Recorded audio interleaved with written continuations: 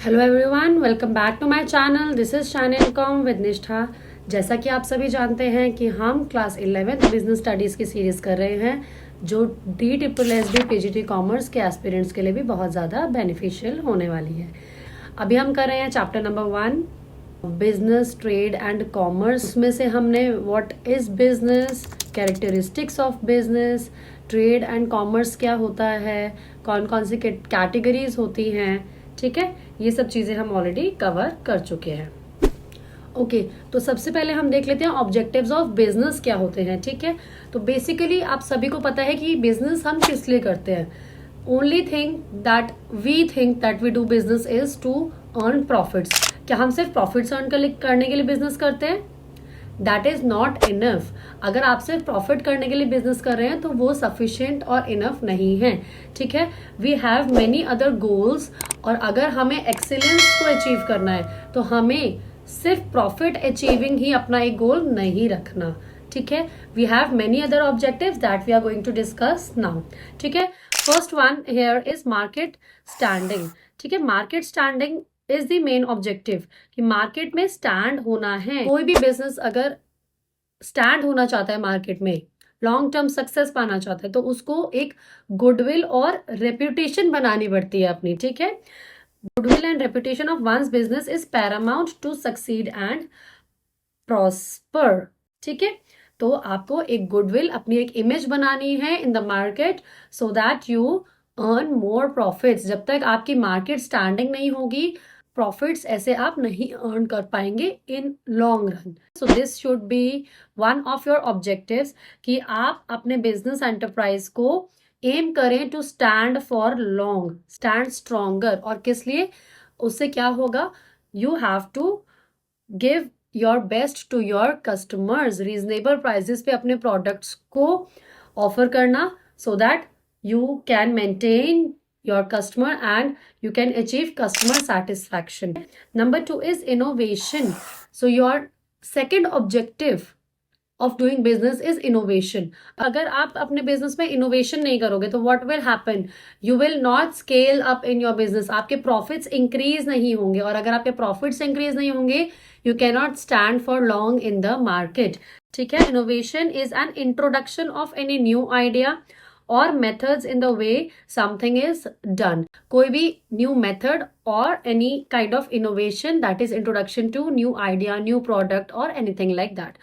क्योंकि innovation क्या करेगा? It will help to scale up and give competition edge to the enterprise. ठीक है, competition को face करने में help करेगा।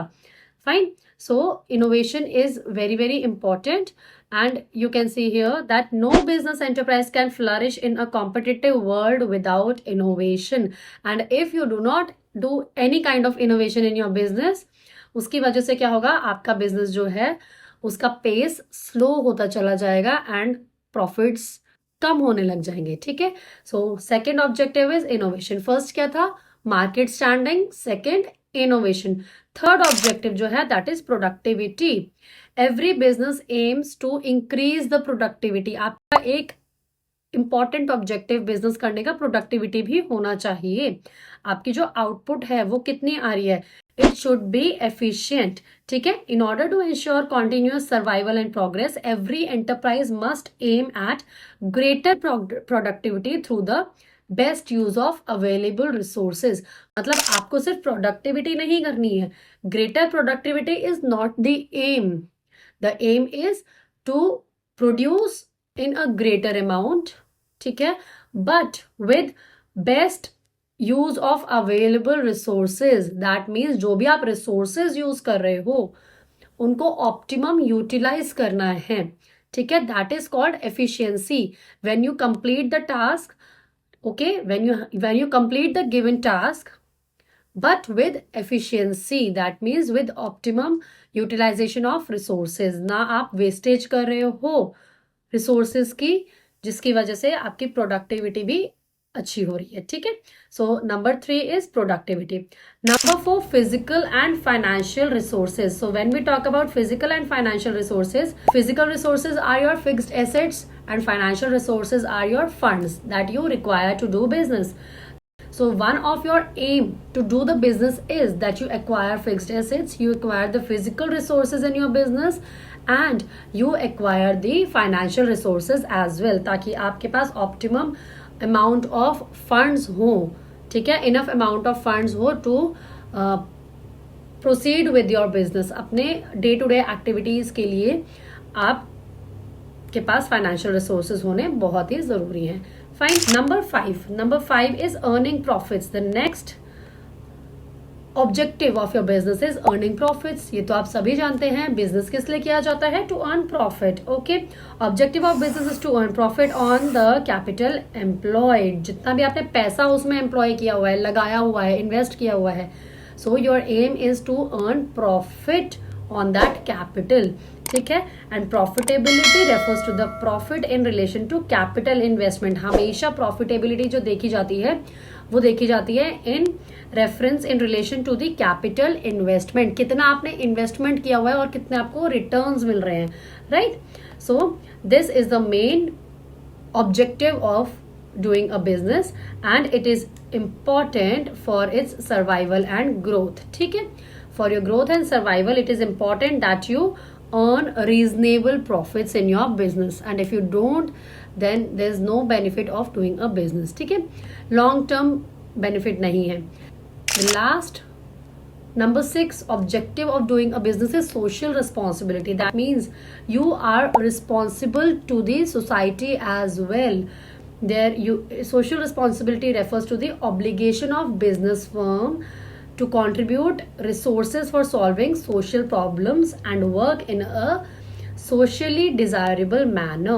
That means जो भी उनकी activities है business की, they should be socially desirable होनी चाहिए. That means society को किसी भी तरह का नुकसान नहीं होना चाहिए. ठीक है. और उनकी ये obligation है, उनकी ये ड्यूटी बनती है कि वो अपने फर्म में से कुछ कंट्रीब्यूट करे टुवर्ड्स द सोसाइटी. ठीक है. Contribute resources for solving social problems.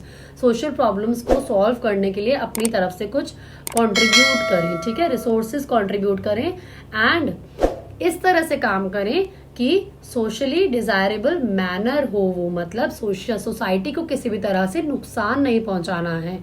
ठीक है. That is the social responsibility of any business. Clear? So we have studied 6 points in this, that is objectives of business. What are the 6 objectives of business?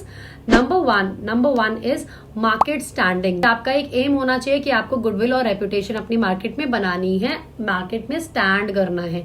ठीक है. Number 2 is innovation. Innovation is one of the objectives of business. अगर आप innovation नहीं करेंगे तो आप profits earn नहीं कर पाएंगे and you will not be able to stand for long in the market. So innovation is very very important to flourish in a competitive world. Okay.